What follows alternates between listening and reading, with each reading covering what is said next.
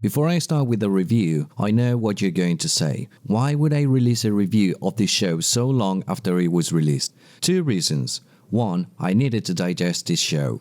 2. I needed time to write down my true opinion on the matter without being influenced too much by other users in social media. I can guarantee you that this review is going to be very divisive since the fans of the comic book will trash it real hard considering how much it deviates from the source material. And with good reason. This show is nothing like the comic book from what I've read, and I can understand where they're coming from. After all, this event in the comics is really packed and has a lot of important stuff happening at the same time. But I'll review this show for what it is and not for how faithful it is to the comic. I'll do the same thing in the future with She-Hulk because I have something to say about that. Also, please subscribe to my channel so you don't miss that video. I'm going to start this review by saying this show is good-ish, or at least it projected to be really good until the very last episode. Considering how quirky and unnecessarily comical the MCU has become over the years, it was a breath of fresh air to see a show this political and serious. The acting performances were exceptional for every single actor, with my favorite ones being Talos by Ben Mendelsohn, Sonya portrayed by Olivia Colman, and Kingsley Ben-Adir as Gravik. I'm not going to explain every single key moment of the plot from this show because I'll assume you have watched it at this point, and trying to explain all the events that led to this moment would require me to summarize more than 10 years of Marvel movies and TV shows, and that's not gonna happen in this video. I will mention some key moments here and there, but in case you haven't watched it, spoiler alert. The show starts by showing the Skrulls already living on Earth and shape-shifting into important political figures to take over the world. Reason? Nick Fury promised them a place to live without hiding, but then the blip happened and then he was gone for a long time. This brought as a consequence the rise of Gravik, a Skrull who felt betrayed by Fury and decided to gather all the Skrulls living on planet Earth to work under his wing to take over, while also working on a machine that would bring superpowers to the Skrulls and create the Super Skrull. These powers are inherently based on all the heroes we have seen during these years of the MCU, so a lot of them are rather familiar, while others force me to dig deep and be reminded of. Talos does not agree with Gravik's position and intentions, so he sides with Fury and potentially against his own race. There's also his daughter Gaia, who joined Gravik but has second thoughts about all of this.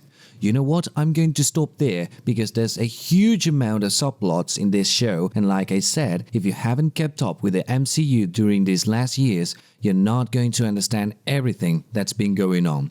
That's a weak point of this show. It's really hard to connect, keep up, or simply watch unless you are an MCU fan. It's not like Moon Knight that you can watch without even knowing much about the character and still enjoy it for what it is. And that's a shame because they pay a lot of attention to detail and events from the MCU, connecting everything to this very important moment. Also, like I said before, the acting in this show is phenomenal. Kingsley Ben-Adir, Samuel Jackson, Ben Mendelsohn, Emilia Clarke, Olivia Colman, Don Cheadle, every single actor does their job really well. The plot is very well written and the characters are individually interesting. There's not a single interaction that felt unnecessary, redundant, or filler. Gravik as a villain felt imposing and calculating, manipulative, and downright chilling. Fury's development and character is surprising too.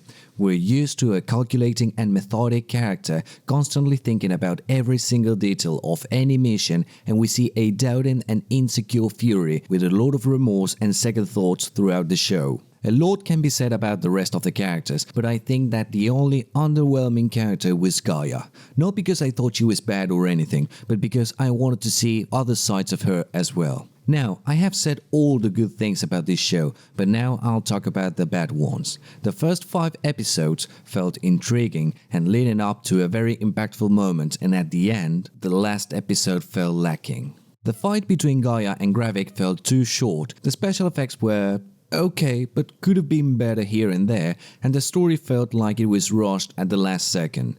The final outcome of the show left me speechless, in a positive way, with a civil war between humans and Skrulls still present on the planet until further notice, setting up important events for the future. But still, it felt like it was rushed nonetheless.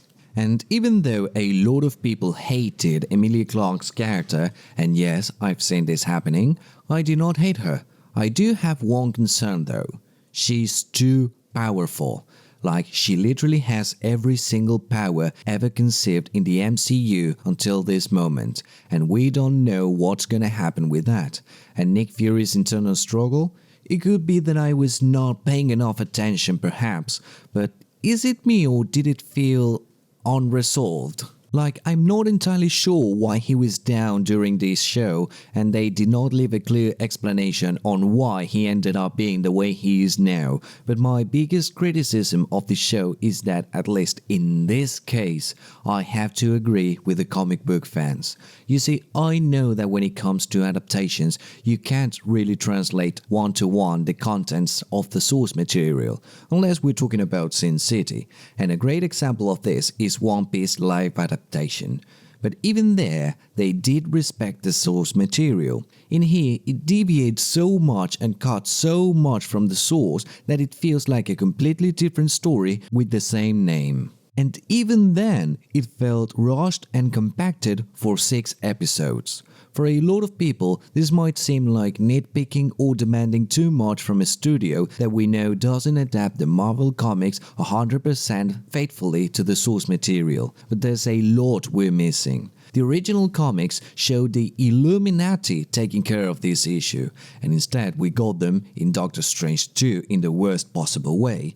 Galactus being the responsible one for the Skrulls' planet destruction, and way too many characters being involved in the story. The product they have made was not bad, to be honest, but felt lacking. It had potential, but at the last moment it felt like they quit or did not care anymore. I still remember the shootout sequence where they tried to kill the President of the United States, and you can see a lot of production and well-written moments, but everything comes down to nothing in the last episode except for the aftermath. Sure, it's easy to hate on Disney and Marvel when a product is underwhelming, but after Infinity War and Endgame, with the exception of Guardians of the Galaxy 3 and Spider-Man No Way Home, every single product they have released has felt underwhelming or meh. But in this case, it plummeted in the last minute. Maybe it's the 6-episode format they agreed on, but a plot like this is worthy of having more than 6 episodes.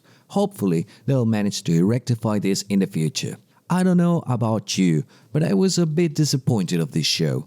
I don't like to rate anything because sometimes numbers don't mean a thing. But if I had to, I would rate this show a 6, a 7 without the last episode, but no more than that. But what do you think? Do we think alike? Do you disagree? Let me know in the comments because I truly want to know your opinion of this show. This has been Juano, and thank you for watching.